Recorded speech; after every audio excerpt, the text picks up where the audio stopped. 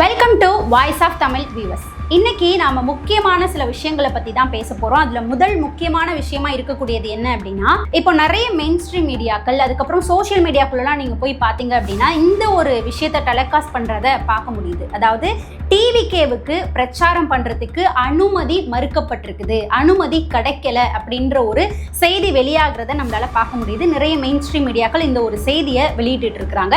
So அதை பார்க்கும் போதுல இருந்தே நிறைய பேருக்கு இந்த ஒரு கேள்வி எழுந்துகிட்டே இருக்குது. குறிப்பா டிவிகேவினுடைய தொண்டர்களுக்கு தேர்தல் ஆணையம் தான் நேரடியா உள்ள இறங்கிட்டாங்கல்ல, அவங்க கிட்ட தானே அனுமதி கேட்கணும். அப்படி இருந்தும் ஏன் டிவிகேவுக்கு அனுமதி வழங்கப்படல, என்ன நடக்குது?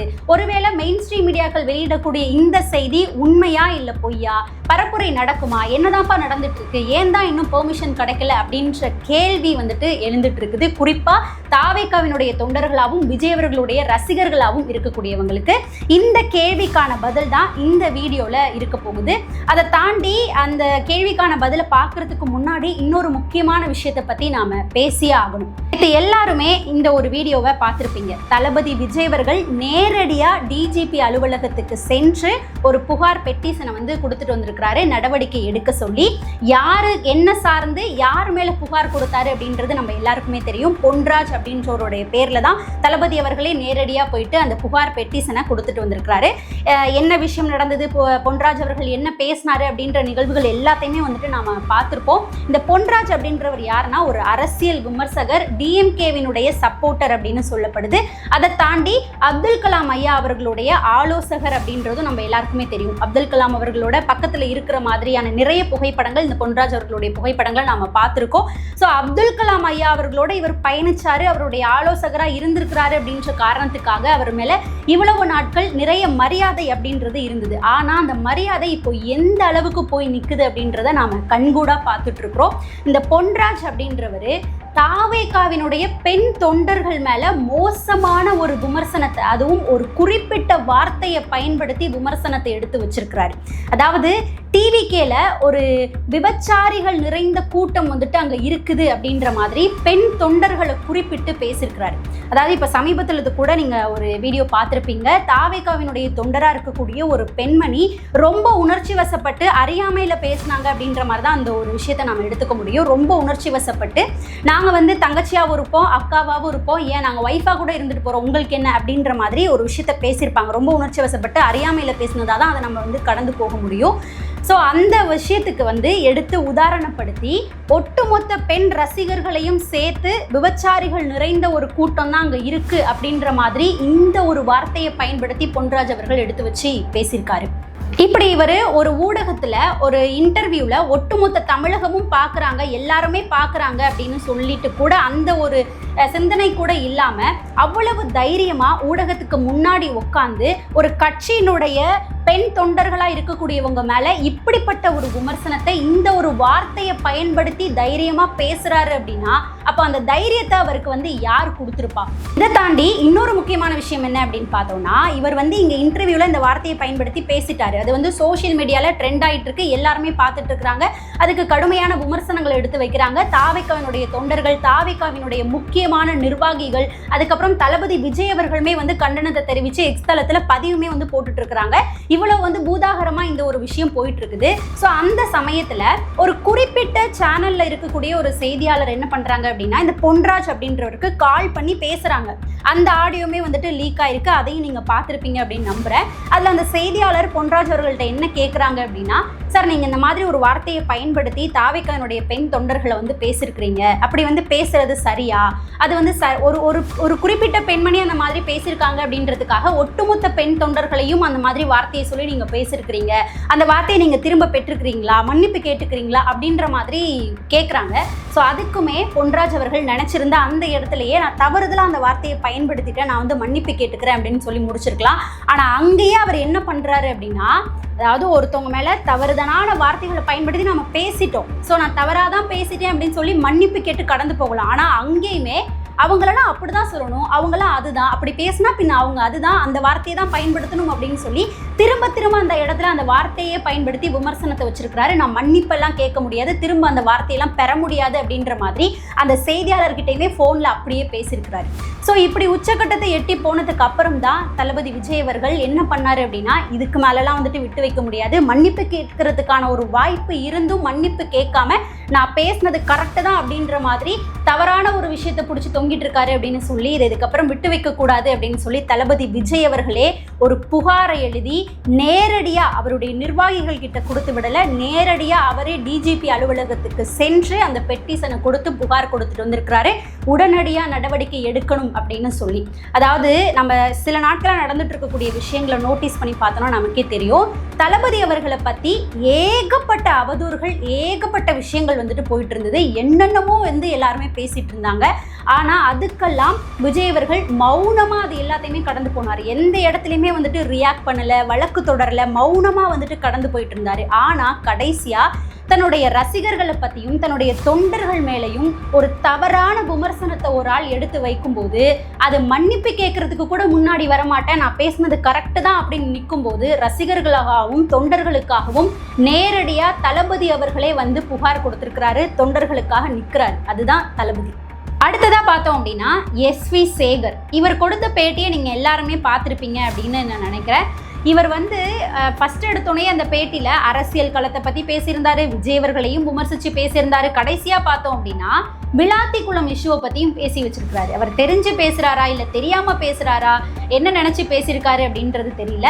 அதாவது இப்போ சமீபத்தில் நடந்தது நம்ம எல்லாருக்குமே தெரியும். 12ஆம் வகுப்பு படிக்கக்கூடிய மாணவி ரெஸ்ட் ரூம் யூஸ் பண்ணுறதுக்காக அவசர தேவைக்காக போகும்போது அந்த பெண்ணுக்கு எவ்வளோ கொடூரமான ஒரு நிகழ்வு நடந்தது அப்படின்றது நம்ம எல்லாருக்குமே தெரியும். அவர் என்ன சொல்லியிருக்கிறாரு அப்படின்னா, எதுக்காக அந்த பொண்ணு அந்த புதருக்கு பின்னாடி போகணும், ஏன் போணுச்சு, அதாவது புதருக்கு பின்னாடி போணுச்சு, 2 பேர் அப்படி பண்ணிட்டாங்க அப்படின்ற மாதிரிலாம் சொல்றாங்க. அந்த பொண்ணு ரெஸ்ட் ரூம் யூஸ் பண்ணுறதுக்காக அங்கே போயிருந்தாலும் கூட அம்மாவும் அப்பாவும் பாதுகாப்புக்காக பின்னாடி போயிருக்கணும். நாம் அலட்சியமாக இருந்துட்டு அரசு மேலே குறை கூறக்கூடாது. ஏன் அந்த பொண்ணு புதருக்கு பின்னாடி போணுச்சு, அப்போ புதருக்கு பின்னாடிலாம் போயிட்டு லைட் போட முடியுமா, போலீஸு ரோட்ல தான் லைட் போட முடியும் அப்படின்ற மாதிரி விமர்சனம் பண்ணி வச்சிருக்கிறாரு. அதாவது என்ன நடக்குது அப்படின்னு தெரிஞ்சு பேசுகிறாரான்னு தெரியல. அந்த ஊரில் ஒரு வீட்லையும் கழிப்பறை வசதி இல்லை அப்படின்னு சொல்லி குற்றச்சாட்டை எடுத்து வச்சுட்டு இருக்கிறாங்க. ஏகப்பட்ட இஷ்யூ அதை சார்ந்து போயிட்டு இருக்குது. ஸோ அப்படி இருந்தும் கூட ஏன் அங்கே போணுச்சு, எதுக்காக போணுச்சு அப்படின்னு சொல்லி பெண் மேலேயே ஒரு குற்றச்சாட்டை எடுத்து வச்சு இவர் விமர்சனத்தை வச்சிருக்கிறாரு. இதை தாண்டி இன்னொரு விஷயத்தையுமே உதாரணத்துக்குலாம் சொல்லி வச்சிருக்கிறாரு. என்ன அப்படின்னா, இப்போ அவங்க வீட்டில் ஒரு பெண் வேலை பார்க்குது அப்படின்னா அந்த பொண்ணுக்கு ஏதாவது சோப்பு இந்த மாதிரி பொருட்கள் தேவைப்பட்டால் அந்த பொண்ணை தனியாக கடைக்கு அனுப்ப மாட்டேன், நானே வாங்கிட்டு கொடுத்துருவேன். அப்படி இல்லைன்னா வாட்ச்மேனை துணைக்கு அனுப்பி விடுவேன். அதாவது பெண்ணை தனியாக நான் வெளியில் விடவே மாட்டேன், பாதுகாப்பு கிடையாது அப்படின்ற மாதிரி அவரே இங்கே இருக்கக்கூடிய சட்ட ஒழுங்கை பற்றி பேசி வச்சிருக்கிறாரு. ஸோ அதாவது பெண் தனியாகவே அவங்கள அனுப்பக்கூடாது, பாதுகாப்புன்றது வேற சுதந்திரன்றது வேற, பெண்ணை தனியாகவே அனுப்பக்கூடாது அப்படின்ற மாதிரி அவர் பேசி வச்சிருக்காரு. ஸோ இதுக்கெல்லாம் என்ன பதில் சொல்றது அப்படின்னு தெரில. ஸோ இப்படி பொன்ராஜ் அவர்கள் மேலே தளபதி விஜய் அவர்களே நேரடியாக போயிட்டு புகாரெல்லாம் கொடுத்து நடவடிக்கைலாம் எடுக்க சொல்லி விஷயங்கள் போயிட்டு இருக்கும்போதே இடையில என்ன ஆயிடுச்சு அப்படின்னா, எஸ்வி சேகர் அவர்கள் பேசினதும் ரொம்ப வைரல் ஆயிடுச்சு. எல்லாரும் அவங்களுடைய கண்டனத்தை தெரிவிக்க ஆரம்பிச்சிட்டாங்க. ஸோ உடனே அவர் இடையில என்ன பண்ணிட்டாரு அப்படின்னா, நான் அந்த மாதிரி மீன் பண்ணி நான் சொல்லலை, நான் இப்படி தான் பேசியிருந்தேன், அதனால நான் மன்னிப்பு கேட்டுக்கிறேன் அப்படின்ற மாதிரி அவருமே ஒரு பதிவை போட்டுட்டாரு. இந்த எஸ்வி சேகர் அவர்களுமே டிஎம்கேவினுடைய ஆதரவாளர் அப்படின்னு தான் சொல்லப்படுது. நம்ம அவர் பேசுறதை வச்சு நமக்கு தெரியுது. ஸோ அதே போல் அடுத்ததாக பார்த்தோம் அப்படின்னா, இந்த பொன்ராஜ் அவர்களுமே என்ன பண்ணிட்டாரு அப்படின்னா, மன்னிப்பு கேட்டு ஒரு பதிவு போட்டிருக்கிறாரு. எப்படி கேட்டிருக்கிறாரு அப்படின்னா, முதல்வர் அவர்களுடைய கவனத்திற்கு அப்படின்னு சொல்லி முதல்வர் அவர்களையுமே ஸ்டாலின் அவர்களையுமே டேக் பண்ணியிருக்கிறாரு. அதில் காயப்பட்டிருந்தா நான் மன்னிப்பு கேட்டுக்கிறேன், அதாவது அந்த மீன் பண்ணி நான் பொதுவாகவே இந்த மாதிரி யார் மேலேயும் அவதூறு பரப்பி பேச மாட்டேன், காயப்பட்டிருந்தா மன்னிப்பு கேட்டுக்கிறேன் அப்படின்னு மன்னிப்பு கேட்டு பேசிட்டு கீழே பார்த்தோம் அப்படின்னா விஜய் அவர்களை பற்றி விமர்சனம் பண்ணி வச்சிருக்கிறாரு. விஜய் இதை போய் கேட்டாரா, அதை போய் கேட்டாரா, இப்படி கேட்டாரா, அப்படி கேட்டாரா அப்படின்ற மாதிரி கீழே விஜய் அவர்களை விமர்சனம் பண்ணி பேருக்கு மன்னிப்பு கேட்குற மாதிரி கேட்டு வச்சிருக்கிறாரு. ஸோ என்னதான் இவர் இந்த மாதிரி ஒரு ட்விட்டை போட்டிருந்தாலுமே தளபதி விஜய் அவர்களே நேரடியாக போய் டிஜிபி அலுவலகத்தில் புகார் கொடுத்திருக்கிறாரு. கண்டிப்பாக கூடிய சீக்கிரமே இவர் மேலே நடவடிக்கை அப்படின்றது எடுக்கப்படும். அடுத்ததா பார்த்தோம் அப்படின்னா ஒட்டுமொத்த தாவேகாவினுடைய தொண்டர்களும் எதிர்பார்த்துக்கிட்டு இருந்த கேள்விக்கான பதில் தான். சோசியல் மீடியாலையும் சரி, நிறைய மெயின்ஸ்ட்ரீம் மீடியாக்களும் சரி வெளியிட்டு இருக்கக்கூடிய இந்த ஒரு செய்தி, தாவேகாவுக்கு பிரச்சாரம் நடத்துவதற்கு தேர்தல் ஆணையம் அனுமதி வழங்கல, மறுப்பு தெரிவிச்சிருக்கிறாங்க அப்படின்னு வெளியாயிட்டு இருக்கக்கூடிய இந்த செய்தி. அதாவது பொதுவாகவே பார்த்தோம் அப்படின்னா இப்போ தமிழக அரசு பெர்மிஷன் அதெல்லாம் தேவை கிடையாது. எலெக்ஷன் டேட் அறிவிச்சதுல இருந்து தேர்தல் ஆணையம் களமிறங்கிட்டாங்க. அவங்க கிட்ட தான் பெர்மிஷன்லாம் கேட்கணும் அப்படின்றது நம்ம எல்லாருக்குமே தெரியும் இல்லையா? அதாவது தாவேகான்றது மட்டும் கிடையாது. தாவேகாவும் இருந்தாலும் சரி, அதிமுக இருந்தாலும் சரி, டிஎம்கேவா இருந்தாலும் சரி, நாம் தமிழர் கட்சியா இருந்தாலும் சரி, எந்த கட்சியா இருந்தாலுமே அரசியல் சார்ந்து ஒரு நிகழ்வு நடத்த போறாங்க, ஒரு பிரச்சாரம் நடத்த போறாங்க அப்படின்னா தேர்தல் ஆணையத்துக்கிட்ட தான் பெர்மிஷன் கேட்கணும். தேர்தல் ஆணையம் ஆரம்பத்திலே சொல்லிட்டாங்க, 2 நாட்களுக்கு முன்னாடி, அதாவது 48 மணி நேரத்துக்கு முன்னாடி ஆன்லைன் மூலமா தான் முழுக்க அனுமதி அப்படின்றது கேட்கப்படும். ஆன்லைன் மூலமா தான் அனுமதியுமே வழங்கப்படும். நேர்லலாம் கடிதம் அப்படின்றது கொடுக்கக்கூடாது. ஸோ அனுமதி ஆன்லைன்ல தான் கேட்கணும் அப்படின்றத அவங்க சொல்லிட்டாங்க.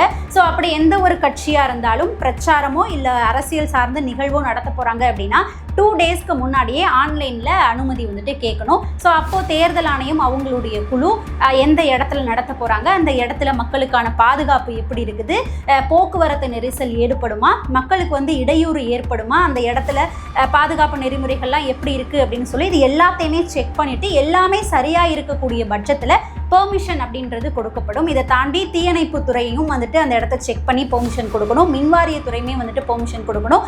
காவல்துறை தரப்புல இருந்தும் என்ன மாதிரியான பாதுகாப்பு நெறிமுறைகள் கொடுக்கலாம், பாதுகாப்பு எப்படி கொடுக்கப்படும் அப்படின்றது சார்ந்து அந்த கட்சிக்கு ஒரு சர்டிஃபிகேட், அனுமதி அப்படின்றது கொடுக்கணும். இது எல்லாமே வந்ததுக்கு அப்புறம் தான் எல்லாத்தையும் வெரிஃபிகேஷன் பண்ணிட்டு தேர்தல் ஆணையம் குழுவுமே அந்த ஒரு சம்பந்தப்பட்ட கட்சிக்கு பெர்மிஷன் அப்படின்றத கொடுப்பாங்க. ஸோ இதுதான் இருக்கக்கூடிய விஷயம். இப்போ தாவேகா இதில் என்ன நடந்திருக்கு அப்படின்னா அவங்க பெர்மிஷனும் கேட்டிருக்கிறாங்க. தாவேகாவுக்கு தீயணைப்புத்துறை சைட்லேருந்து அனுமதி கொடுத்துட்டாங்க, மின்வாரியத்துறை தரப்புல இருந்தும் அனுமதி அப்படின்றது கிடைச்சிருச்சு.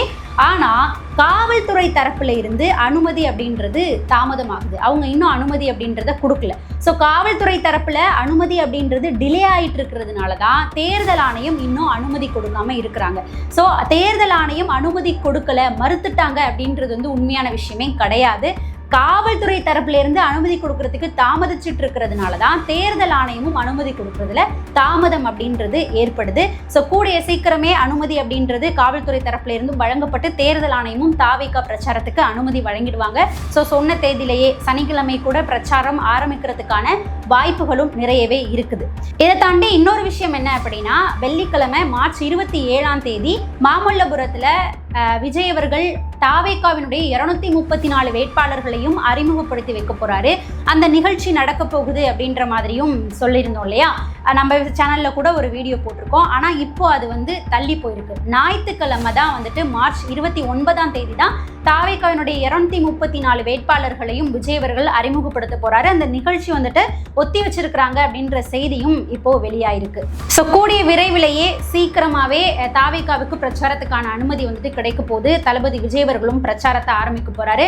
பிரச்சாரத்துல தளபதி விஜய் அவர்கள் என்ன பேச போறாரு அப்படின்ற எதிர்பார்ப்பு தான் ஒட்டுமொத்த தமிழகத்திலுமே இருக்கு அப்படின்னு தான் சொல்லியாகணும். ஸோ என்ன நடக்க போகுது அப்படின்றத நம்ம காத்திருந்து பார்க்கலாம். இந்த விஷயங்கள் சார்ந்து மக்களாகிய உங்களுடைய கருத்து என்னவா இருக்கும், நீங்க என்ன சொல்ல நினைக்கிறீங்க அப்படின்றத மறக்காம நம்மளுடைய கமெண்ட் செக்ஷன்ல பதிவு பண்ணுங்க. நாம அடுத்த பதிவுல சந்திக்கலாம்.